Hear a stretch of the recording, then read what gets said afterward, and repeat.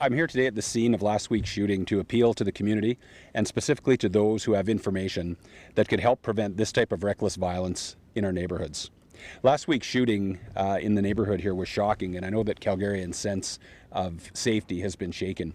And part of the reason for coming out to this location was to be able to give you some sense as to actually how nice the neighborhood is, how residential it is here, how calm it is, how close we are to the school.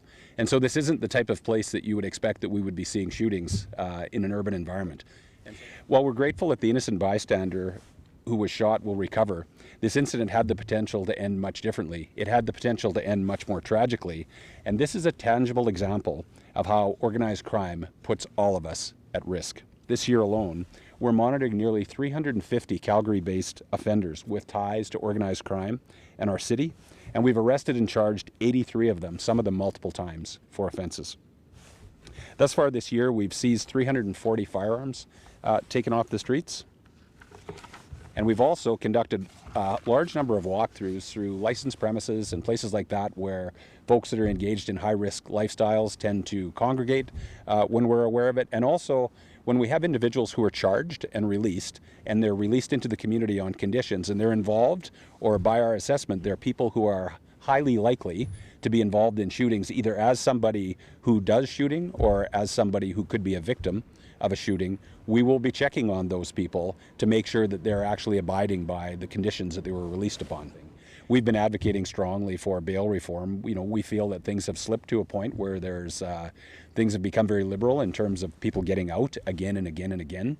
As I mentioned, that's been the case with a number of people that have been out here. So again, the advocacy toward the federal government around amendments to the criminal code is resulting in discussions, and we're told something is coming, and so we're hopeful in relation to that. But the reality of it is there are people on our streets that ought not, they're repeat violent offenders that ought not be on the street, and we all need to be concerned about that. The police can work very hard to try to prevent shootings by, again, focusing on those areas that are the hottest or the most dangerous, so the most dangerous people, locations where things are happening, or the types of activities that bring about this type of violence. And so I mean things like drug trafficking, right? That type of thing. Those are high-risk activities that tend to bring violence. People that are involved in that lifestyle tend to carry weapons, and so this is where we focus, right? But we can do that. We can take illegal firearms off the street, and we can keep working on to hold people accountable after bad things happen. But I think as a community, we all have to get together and decide it's not something we're going to tolerate, and together we're going to make sure that blight and the idiots that do things like this are going to be going off our streets.